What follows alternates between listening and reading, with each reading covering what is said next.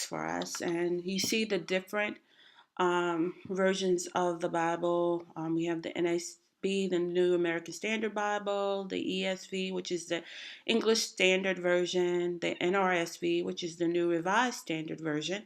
We have the KJV, which is the King James Version, and the New Living Translation, which we're going to compare our do our text comparison of Galatians 6.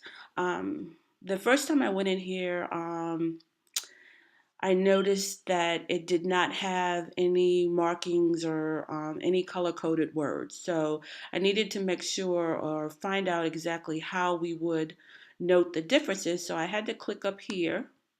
Um, and make sure that the layout was correct. So it was automatic layout checked, and I clicked on show differences and show base text. So once I went in and I clicked that open, I was able to see the differences. So for example, the New American Standard Bible is our base for the comparison text. So each of the additional Bibles will be basing off of this original, um, the original text from the NSAB. So Galatians 6:1, we'll start with that one. And it says, brother, even if anyone is caught in any trespass, you who are spiritual, restore such a one in a spirit of gentleness, each one looking to yourself so that you too will not be tempted. So that's the scripture coming out of the NSAB. But if we move over to the ESV, it tells us that there's a 17.7% difference between the ESV and the NSAB. And if we move over to the New Revised Standard, you see that there's a 38.8% difference between, I believe, that, the ESV, and no, between the NSB, because that's our main comparison text here. And then there's 38% difference between the King James Version and 61% for the New Living Translation. So if we go over to the English Standard Version, the scripture actually reads like this. It says, brothers versus brethren. If anyone is caught in any transgression, you who are spiritual should restore him in a spirit of gentleness. Keep watch on yourself, lest you too be tempted. So this is a very different version from what we see in the New American Standard. The English Standard Version replaces brothers with, brothers versus brethren. It takes out even, so it says brother, if anyone is caught in any, and then it takes out trespass and replace it with transgression.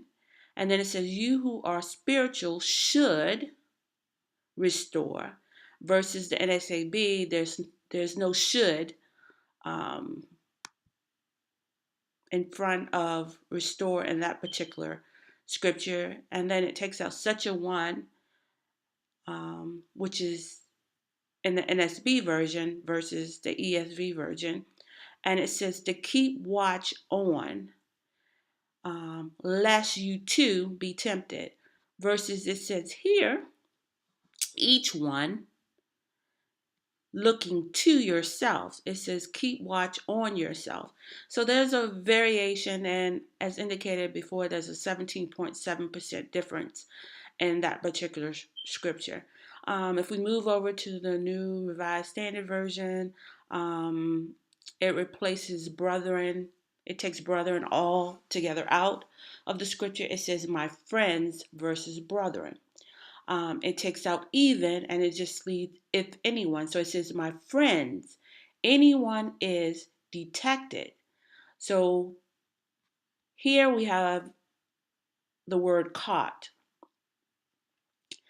versus detected in the NRSV. So we may want to look up the difference between caught and detected just to make sure what the difference is, meaning the lexical meaning is between these various words. If you go to the King James Version, it keeps brethren, but it says brethren, if a man be overtaken. So overtaken is is now the new word replacing caught or detected. So that's another lexical issue that we may want to look up to find out what's the difference between caught, detected, and overtaken. And then if in the New Living Translation, it says, "Dear brothers and sisters, if any, if another believer." So now it references a believer is overcome.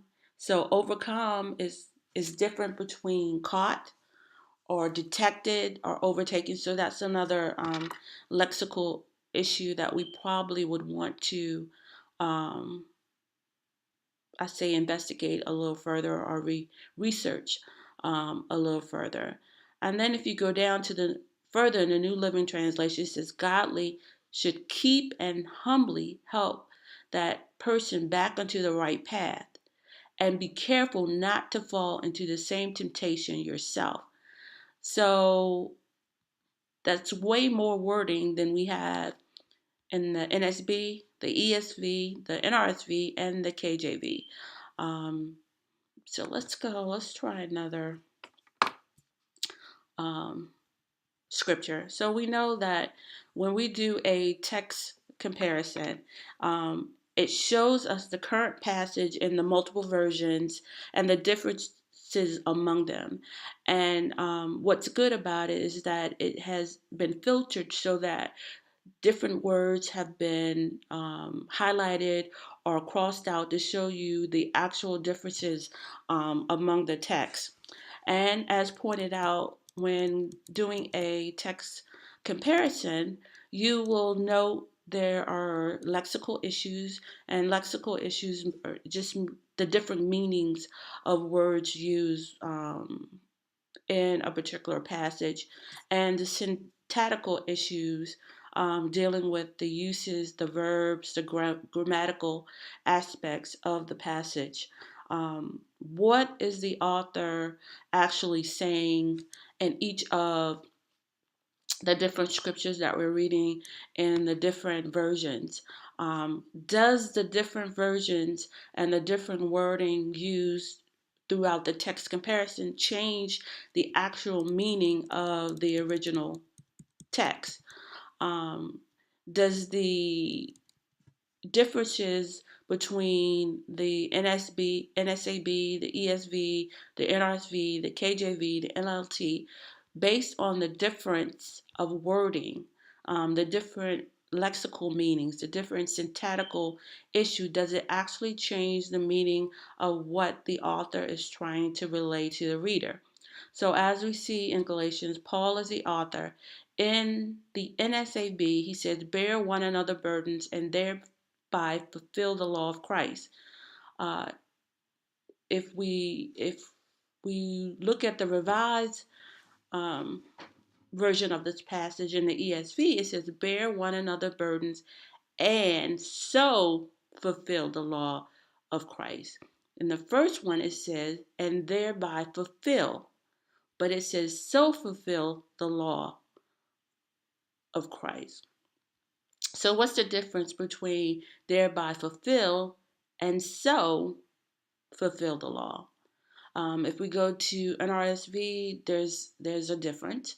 It says, "Bear one another's burdens, and in this way you will." So that's like I think that's a future tense of the verb. You will fulfill. You will fulfill the law of Christ. And then if you go to the King James Version, it says, "Bear ye one another burdens, and so fulfill the law of Christ." So you see the various uh, versions of different passages of Galatians 6. Um, so let's go down here. Um, See if we can find some more lexical and syntactical issues. Um, so in Galatians 6:4 it says, "But each one must examine his own work, and then he will have reasons for boasting in regard to himself alone, and not in another. I'm sorry, and not in regard to another." And if you look at the ESV, it says, but let. Here it says, but each one, but it says, but let each one test. So we see test has been replaced because examine has been replaced by test. His own work and then his reason. See, in the NSAV, it says he will have reason, future. But here it says his reason, which is, I believe, present, to boast will be in himself. If we go over to, let's go over to the King James Version, it says, but, and then it takes each one must examine totally out of the passage, and it says, let every man prove his own work. So then we have examine, and then we have test, then we have test again, and then we have proof, which may change the lexical meaning of the word. So we would probably want to do a little more investigation, possibly do a word study on prove, a word study on maybe test, and examine, just to make sure what is the difference between the different variations and how they are used in each of the different contexts in the different versions of the Bible, to see whether or not it actually changed what Paul is saying to the reader. Okay, so let's go down to another one. Okay, so let's just go to, I like this one. So let's go to Galatians 6:7. It says, do not be deceived. God is not mocked. For whatever a man sows, this he will also reap. So we go and look at the ESV version. It says, do not be deceived. God is not mocked. For whatever one soweth, that will he also reaps. So they change a man to one. And it's also changed that this he will to that will he. So they kind of do a transfer of words here. That will he instead of this he will. Okay. In the King James Version, in the NRSV version, it says, do not be deceived. God is not mocked, for you reap, which is singular, plural, I believe, if I'm not mistaken, whatever you sow. Okay, so you have to just look at the different comparisons and look at the different contexts of how the words are used. Do a little more research, I guess, doing a word study to find out exactly what the lexical issue or the lexical meaning of the word is. And then you just continue to go out through the whole entire sixth chapter of Galatians, and you just see how the different comparisons have been outlined, how the words have been marked out, how there are words highlighted that have been inputted or transferred with